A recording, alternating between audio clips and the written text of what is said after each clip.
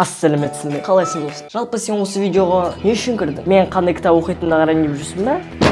Қалайсыңдар достар? Менің көрермендерімнің көбісі менің инстаграмға кіреді. Жамболович, если что. Сол инстаграмда мен деген сторис саламын. Стористарында анасында кітаптардағы ішіндегі заттар, цитаталар тұрады. И потом менен сұрайды көрермендерім, қандай кітаптар оқисың деп. И былай сообщениемен жазбай, былай сендерге айтып көрсеткім келіп тұр. Ал бастайық. Қандай кітаптарды Нұрболат оқиды? 5-ші орындағы кітап ол планер видеоблогера. Планер видеоблогера достар. Достар, бұл негізі планер. Ішінде неше түрлі идеялар беріп тұрады. Мысалға сен жаңа блогерсің, ютубқа келген. Или вообще старый видеоблогерсің, бірақ идеяң жетіспей қалған, да? Дұрыс та? Осылай. Голос поколения YouTube. Получи золотую кнопку. Я типа мотивация, да? Ішінде, короче, мынандай заттар бар, мысалға. Челлендждер бар. Сенің жанрың қандай, мысалы, каналдағы челлендж ба, юмор ма? И еще меқта планирование деп тұрады. Планирование. Сендерге скриншоттарды көрсетемін, міне осылай. И келесі топ. 4-ші орында продавец обуви Фил Найт. Жалпы бұл кітап Nike-тың основателі туралы. Фил Найт аты. Қазір білесіңдер ғой, Nike қазір қандай танымал бренд екен. Еще маркасы танымал екен, білесіңдер ғой, логотипы. Когда-то молодой неудержимый только что окончивший бизнес-школу Фил Найт занял у отца $50. Фил Найт мектеп аяқтап болғаннан кейін әкесінен $50 сұрап алған. Чтобы японский кроссовкаларды сатып, перепродавать етіп, сөйтіп істеу үшін. Ал енді қазір қараңдар, Nike-та қазір $30 миллиард. Әкесіне ақшасын баяғыда қайтарған ол, короче. Жалпы бұл кітап Nike-тың основателінің өмір баяны. История компании Nike, рассказание ее основателям. Бестселлер New York Times. Так что мына бестселлер оқыңдар. Кітаптың несін ай. 3-ші орын. Роберт Кийосаки, богатый папа, бедный папа. Жалпы Роберт Кийосаки деген кім? Роберт Кийосаки. Меқті. Биографиясы қайда.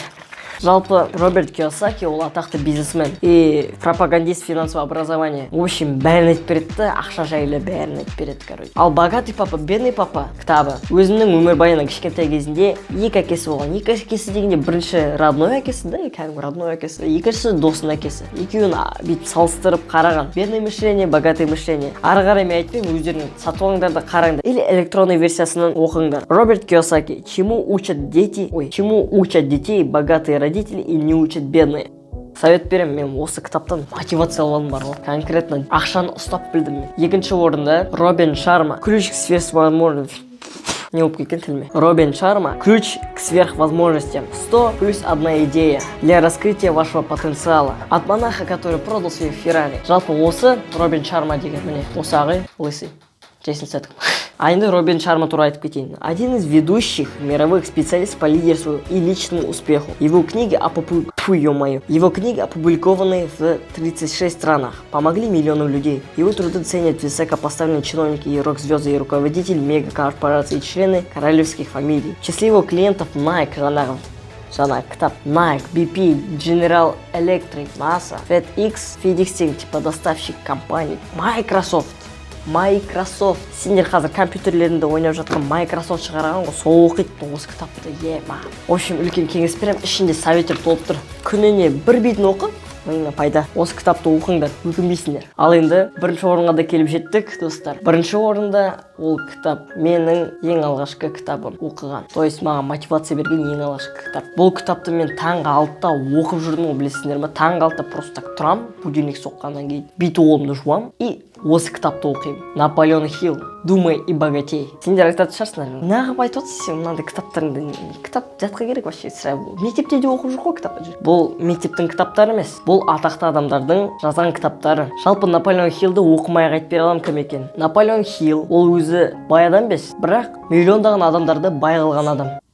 Түсініп тұрсыңдар ма? Өзі бай емес, бірақ миллион адамдарды бай қылған адам. Осындай бір кітаппен. Қалай деңізші? В общем, ол бір байға барады. Байдан ақша сұрайды. Бай айтады оған: "Жоқ, мен саған ақша бермеймін" дейді. "Сен Америкаға бар да 500 адамнан интервью ал" дейді. 500 адамнан интервью ал. Сен 500 адамдарға интервью ал, бірақ мен сол үшін саған 0 теңге де төлемеймін. 0 доллар да төлемеймін, ештеңе төлемеймін дейді саған. Ана айтады: "Жақсы, қарайық ал, барып қарайық." Бұл 500 адамға неше жыл кетті интервью алуға? 15 жыл кетті интервью алуға. Сол атақты байларда интервью алып, барлығын осы кітапқа жазған.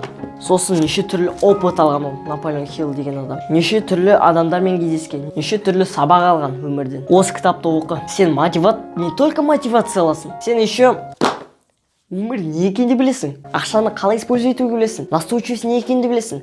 Армандауды, дұрыс армандауды білесің, дұрыс мақсат қойды білесің. Солай. Сонымен достар, енді кітапты оқу керек адам. оқымау керек емес, оқу керек. Чем телевизор қарап жатқанша барып. Мен өзім достар телевизор қарамаймын. Телевизор қарасам тек қана жетір. Жалпы телевизор маған қарауға да болады енді, бірақ қарамаймын. Телевизор сотка шоққа деген ой келген кезде мен кітап оқимын. Күніне 10 бет. Жалпы ұқсамаймын да ондай балаға кітап оқитын. Бірақ сол все, болды. Чай ішіп кел енді бар, Нурик. Ты заслужил. Нурик, ты заслужил. Осымен бітті достар, айтпақшы. Сендермен болған прикольчик. Пока-пока, чау. Мен қайда прикол. Сендермен болған Нұрболат, канал Қуанғали, подписаться ет. Пока-пока, чау.